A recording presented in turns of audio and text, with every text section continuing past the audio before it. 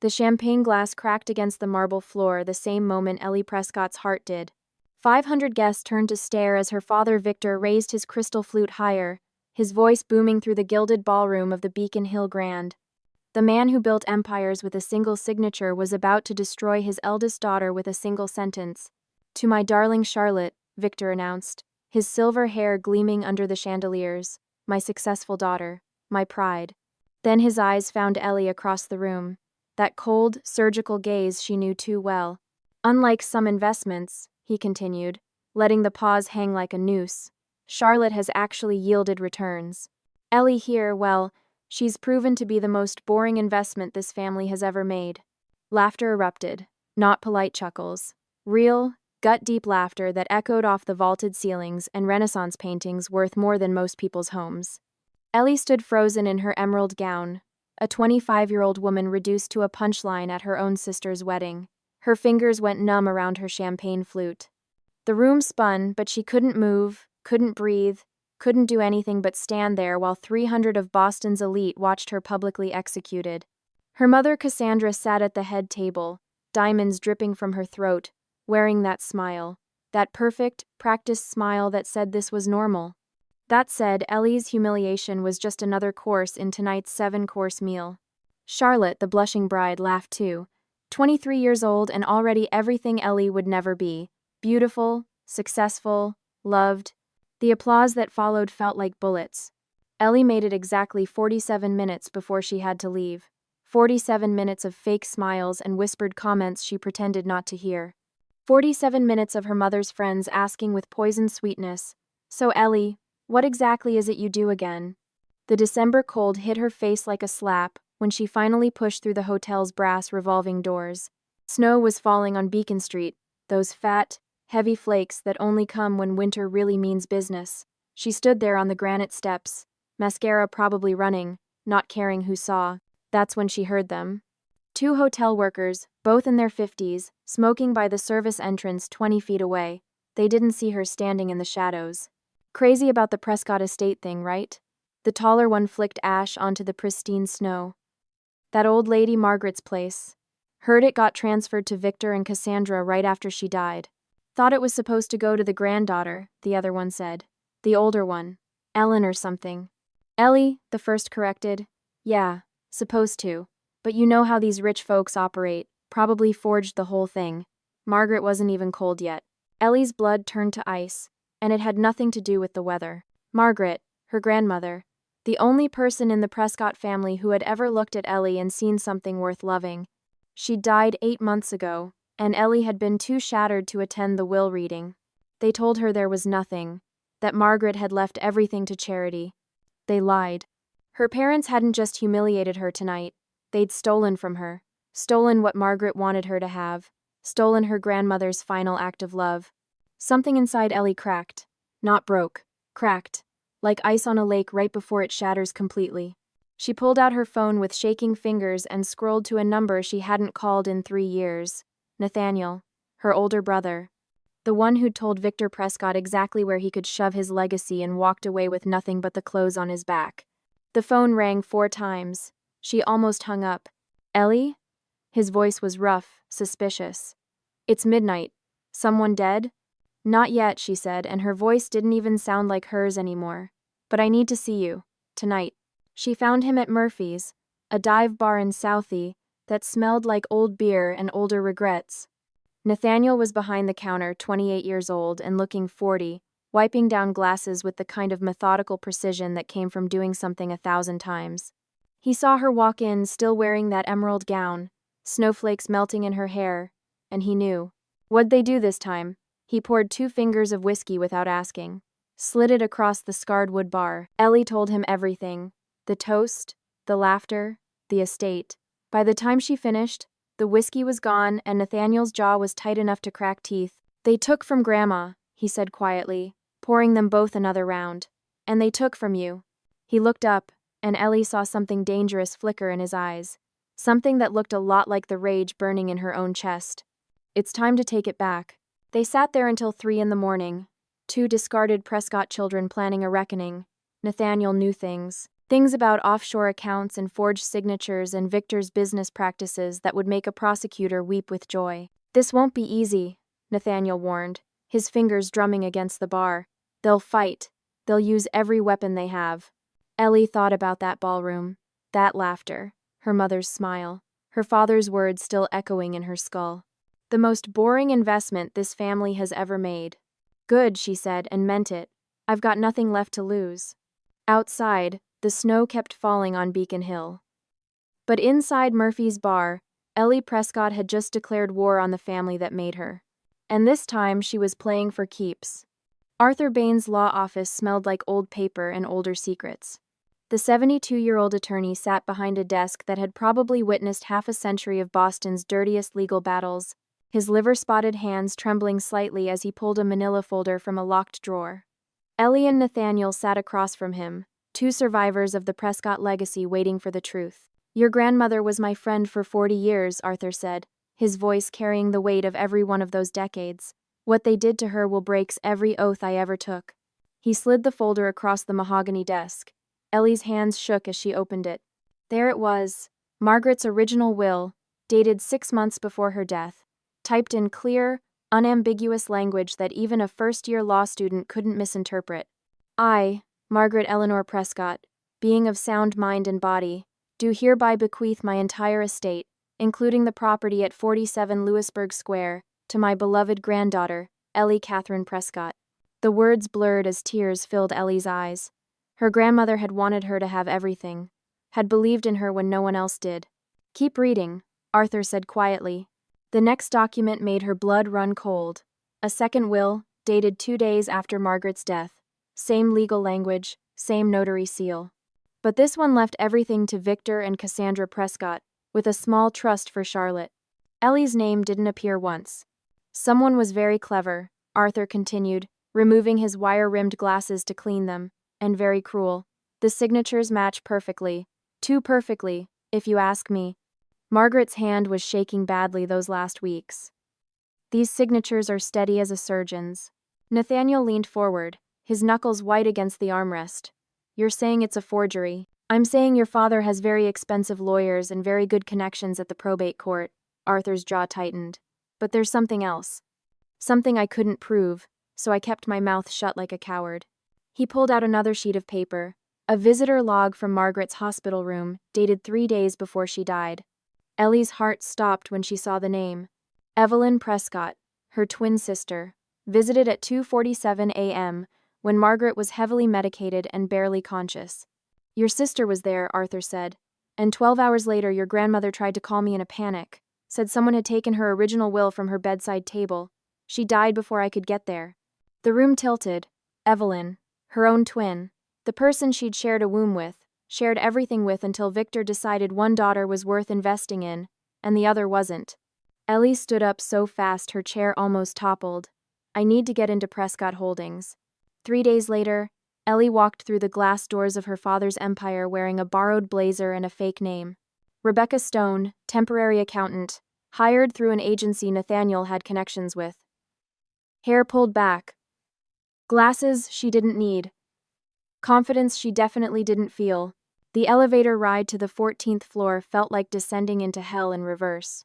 She'd made it exactly 2 hours before Evelyn found her. Her twin sister appeared in the doorway of the records room like a ghost, designer heels clicking against marble, wearing the kind of Chanel suit that cost more than most people's rent. They hadn't spoken since Margaret's funeral. Hadn't really spoken in years before that. "Funny," Evelyn said, her voice cool as January ice. "I thought you hated this place." Ellie didn't look up from the filing cabinet. Couldn't look up, because if she did, Evelyn would see everything written on her face. "I do," she replied, her fingers continuing to flip through folders. "Now I just hate what it stands for." Evelyn laughed. That crystalline, perfect laugh their mother had taught her. The one Ellie had never quite mastered. Still the family disappointment then. Good to know some things never change. Evelyn turned to leave, then paused. "Don't stay too late, Rebecca. These old buildings get cold at night." The way she said the fake name told Ellie everything. Evelyn knew exactly who she was, and she didn't care. The confrontation was over in 90 seconds, but it left Ellie shaking for an hour afterward. That night, Working alone in the empty office, Ellie found what she was looking for: transfer records buried in quarterly reports from 8 months ago. $2 million moved from an offshore account to a private trust, dated 1 week after Margaret's death. The account numbers matched ones she'd seen in Arthur's documents. Her inheritance, carved up and distributed like Thanksgiving turkey. But it was the audio file she found on an old backup drive that destroyed her.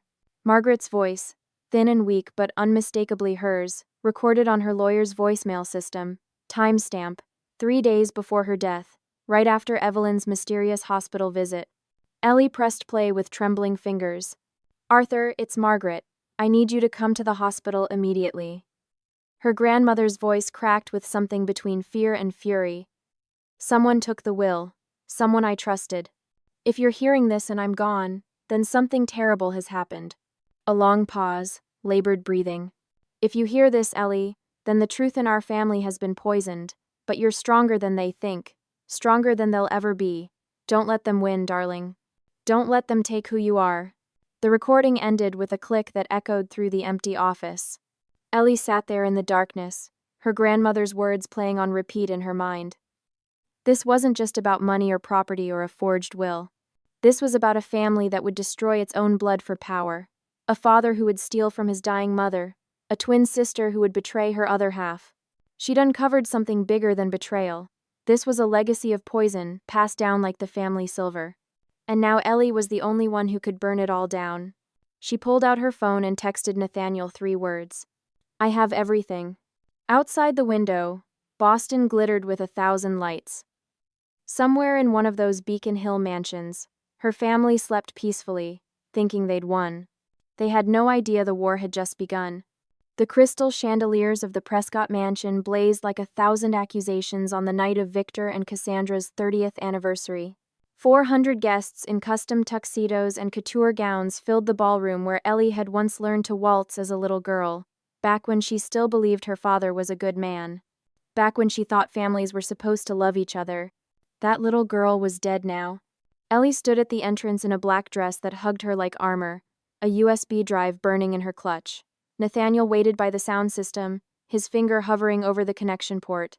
They'd planned this moment for 2 weeks, rehearsed it a dozen times. But nothing could prepare you for destroying your family in front of everyone who mattered. Victor stood at the center of the room, champagne in hand, telling some story about closing a deal in Singapore. The crowd hung on his every word like he was dispensing wisdom from Mount Olympus. Cassandra beside him, dripping in diamonds that probably cost more than Margaret's estate, smiling that perfect smile. Ellie caught Nathaniel's eye across the room. He nodded once. She gave him the signal. The music cut out with a screech that made everyone wince. 400 heads turned toward the speakers. Then Margaret's voice filled the ballroom, thin and trembling but clear as a bell. "Victor, I'm recording this because I know what you're planning.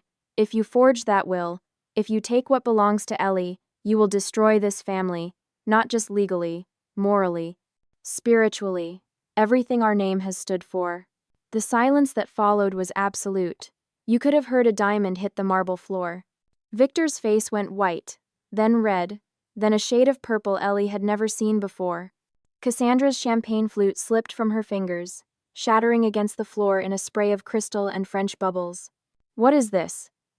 Victor's voice cracked across the room like a whip. "What the hell is this?" Ellie stepped forward, every eye in the room turning to her. The boring investment, the family disappointment, the forgotten daughter. "The truth, Dad. Something you wouldn't recognize if it slapped you in the face." Nathaniel emerged from the shadows, holding a folder thick with bank statements, transfer records, and notarized documents. He walked to the center of the room and dumped them on the anniversary cake, 3 tiers of white frosting and lies. "Offshore accounts," Nathaniel announced, his voice carrying to every corner of the ballroom. $2.3 million transferred from Margaret Eleanor Prescott's estate account to Prescott Holdings. Dated 1 week after her death, before the fraudulent will was even probated. Gasps rippled through the crowd. Boston's elite loved nothing more than watching one of their own fall from grace. Victor's lawyer, standing near the bar, suddenly looked very interested in his shoes. The mayor's wife pulled out her phone, probably already texting the Globe. This would be front page by morning. "You have no proof," Victor snarled, but his voice shook. This is slander. This is. There's more. Ellie cut him off. She pulled out another document, hands steady despite the adrenaline flooding her veins. Hospital visitor logs. Evelyn Prescott, visiting Margaret at 2:47 a.m., 3 days before her death. The same night grandmother's original will disappeared from her bedside table. Every head swiveled to find Evelyn, who stood frozen near the terrace doors, her face the color of fresh snow. That's a lie, Evelyn whispered, but no one was listening to her anymore. Cassandra suddenly clutched her chest and swayed dramatically, catching herself on a nearby senator. I feel faint, she gasped. Someone call. Cut the act, Mother, Ellie said coldly. You're not fainting. You're just realizing the world finally sees what you really are. Victor moved so fast no one saw it coming. He crossed the room in 5 strides and backhanded Nathaniel across the face, the crack echoing like a gunshot. You ungrateful piece of garbage, Victor roared. I gave you everything. Everything. And this is how you repay me? You and your pathetic sister, you're both disappointments to this family. Nathaniel's lip split, blood trickling down his chin, but he didn't move, just stood there, taking it, the way he'd been taking it his whole life. Ellie stepped between them. No, Dad, she said, and her voice didn't shake, didn't waver, didn't break. You are. For the first time in her life, she saw something crack in Victor Prescott's eyes. Fear, real, genuine fear. The party dissolved into chaos. Guests fleeing for the doors, phones out, cameras flashing. Boston's biggest scandal in a decade, and they'd had front row seats. Later that night, after the guests had scattered like roaches when the lights come on, Evelyn found Ellie in their childhood bedroom. Her twin sister looked destroyed. Mascara smeared, designer dress wrinkled, the perfection finally shattered. He made me do it, Evelyn whispered, closing the door behind her. Dad. He forced me to sign the papers. Said if I didn't, he'd cut me off, destroy my career. I didn't know he was going to. Her voice broke. He did something to Grandma. Something to make sure she died before she could change things back. The words hung in the air like poison gas. Ellie stared at her sister, this mirror image of herself who'd chosen so differently. For a moment, she saw the girl Evelyn used to be, before Victor got his hooks in her. Before she learned to smile while stabbing people in the back. You could have told me, Ellie said. You could have warned me. I'm warning you now, Evelyn said. Dad knows about your evidence. He's planning something. The door burst open. Victor stood there, Cassandra behind him, and the look on his face told Ellie everything. Evelyn had called them. Again. Get out, Victor said, his voice deadly calm. Both of you. Nathaniel and you. Out of my house, out of my family, you're dead to me. The rain started as they hit the street, Ellie and Nathaniel with nothing but the clothes on their backs. Security had thrown them out physically, Victor screaming obscenities from the doorway while Cassandra pretended to cry. They stood in the middle of Beacon Hill, cold and soaked, watching the lights of the mansion glow warm against the storm. Nathaniel wiped blood from his lip. What now? Ellie looked at that house, the house where she'd grown up, where she'd learned that love was conditional and family was a weapon. They took my home, she said, and despite everything, her voice was steel. Now I'll take their empire. Thunder rolled overhead as they walked away, 2 survivors with nothing left to lose. And everything to fight for. Jake Sullivan had the kind of face that had seen too many dirty secrets and not enough justice. The investigative reporter for the Boston Herald sat across from Ellie and Nathaniel in a coffee shop in Cambridge, 3 miles and a million worlds away from Beacon Hill. He'd broken stories that toppled senators and exposed corporate fraud that sent CEOs to prison. Now he was about to take down the Prescott empire. This is nuclear, Jake said, flipping through the documents Ellie had laid out. Bank statements, transfer records, emails between Victor and offshore account managers in the Cayman Islands. Money laundering, tax evasion, fraud. Your father's been running a criminal enterprise disguised as a holdings company. Ellie's hands were steady around her coffee cup. How fast can you publish? Give me 48 hours. Jake's eyes gleamed with the hunger of a man who'd just found his Pulitzer. I'll need to verify everything, get statements, protect my sources. But once this drops, your father's finished. Good, Ellie said. Just one word, but it carried the weight of 25 years of pain. The story hit the Herald's website at 6 a.m. on a Tuesday that would go down in Boston history. Prescott Holdings, Empire built on fraud. Exclusive investigation reveals decades of money laundering and tax evasion. By 7 a.m., every news outlet in New England was running it. By 8 a.m., it had gone national. CNN, MSNBC, Fox News, all showing the same photo of Victor Prescott at some charity gala, looking every inch the respected businessman. By 9 a.m., the financial world was in freefall.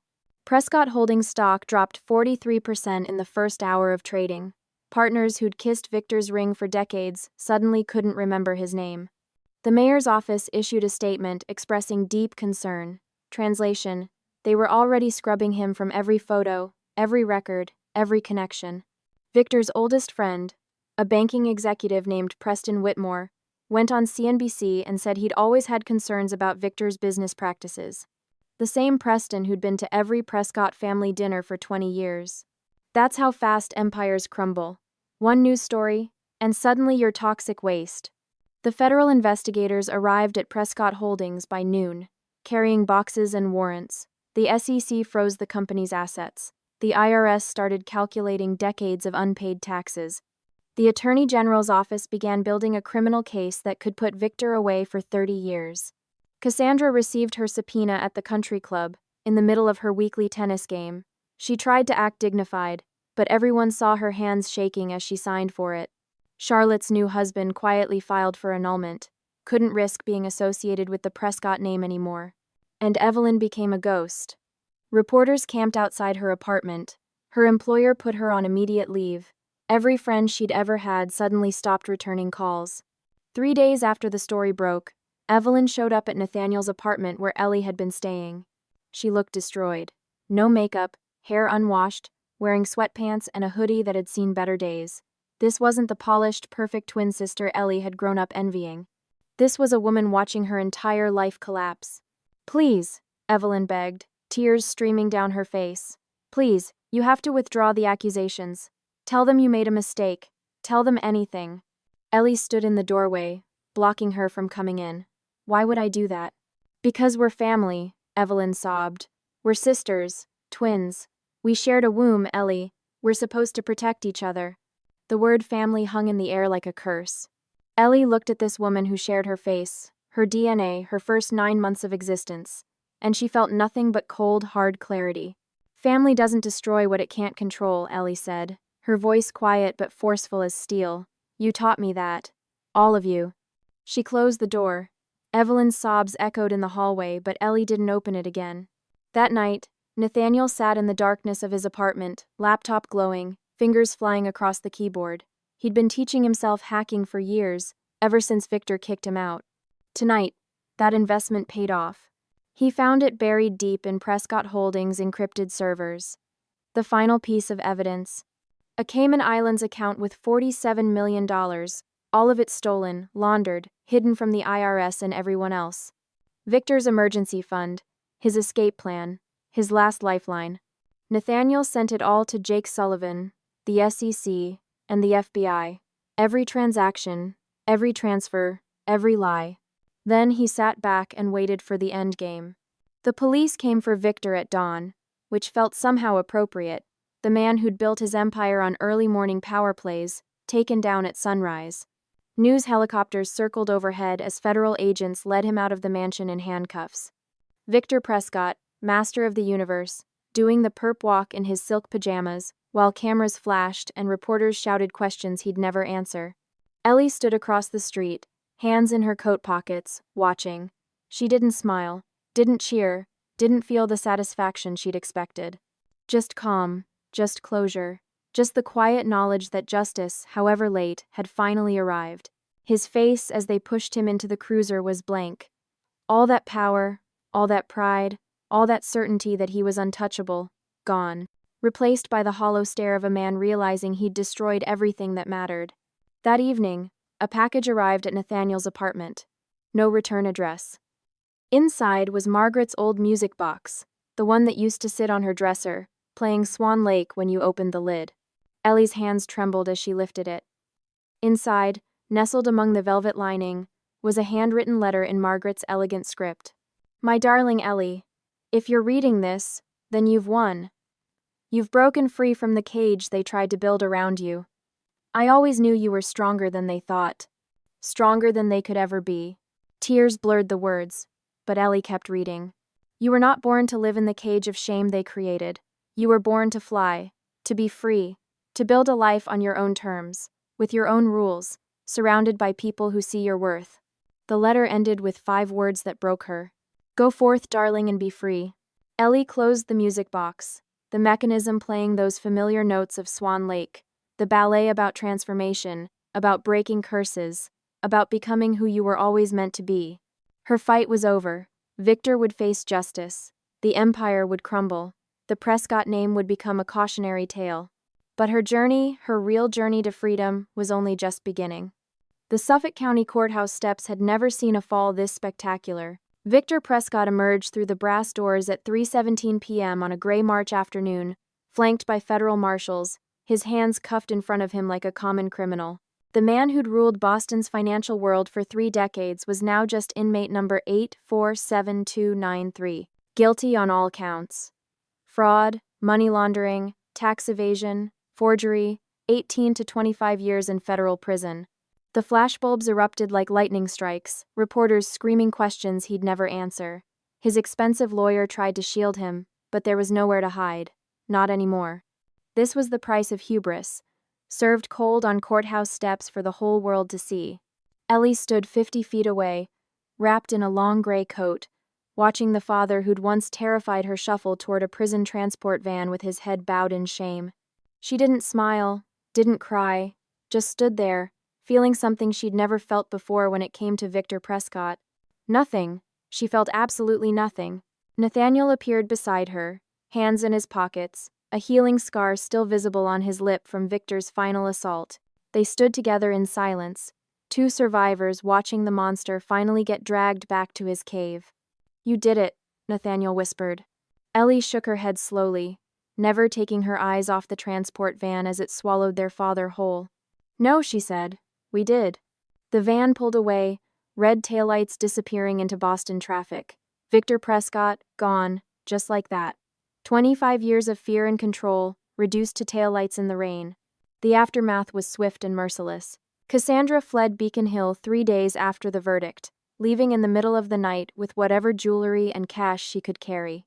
The house was seized by federal authorities to pay restitution. Every piece of furniture, every painting, every crystal chandelier that had witnessed a quarter-century of abuse, all auctioned off to the highest bidder. The woman who'd smiled through her daughter's humiliation was last spotted in Monaco, living under a false name, pretending she'd never been a Prescott at all.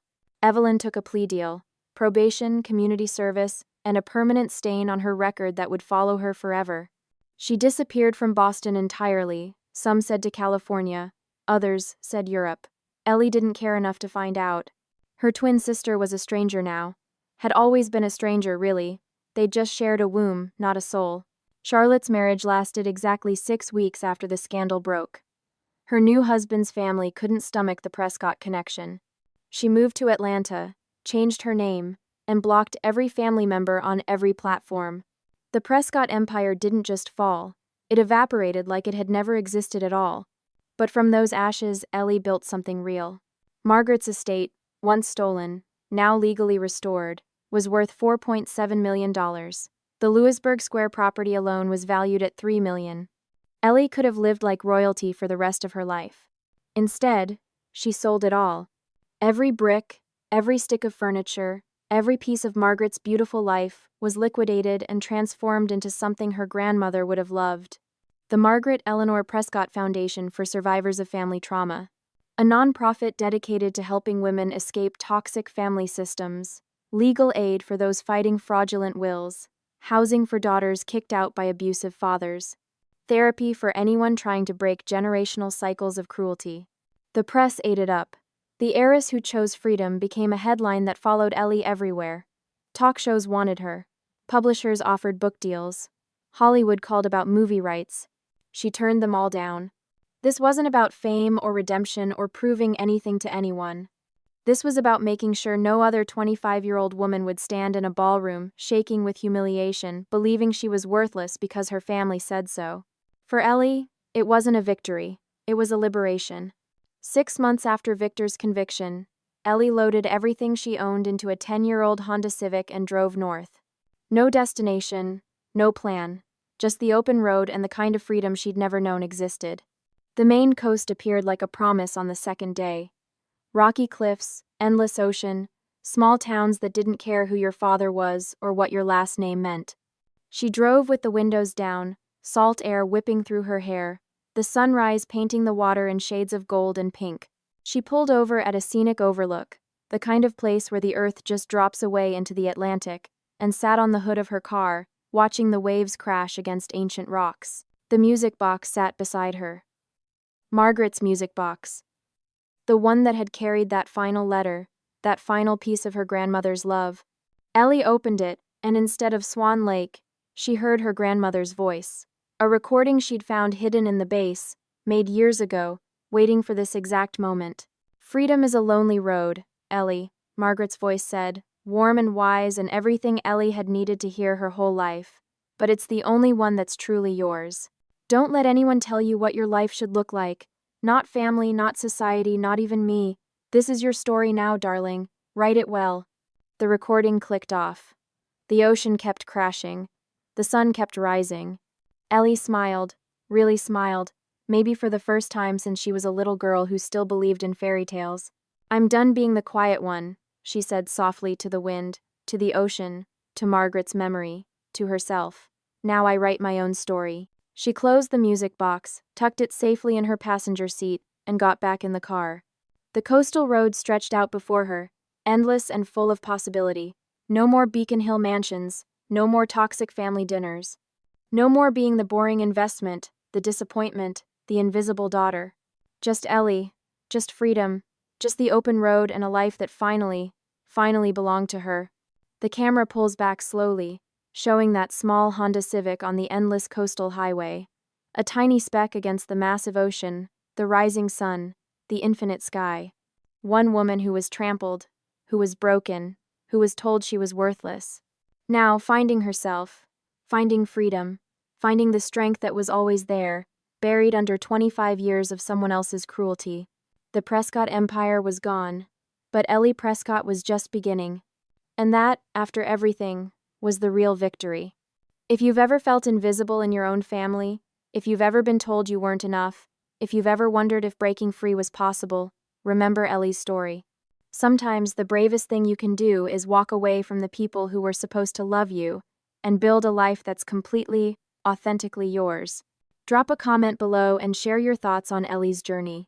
And if this story moved you, hit that subscribe button because we're just getting started with stories of courage, redemption, and the power of choosing yourself.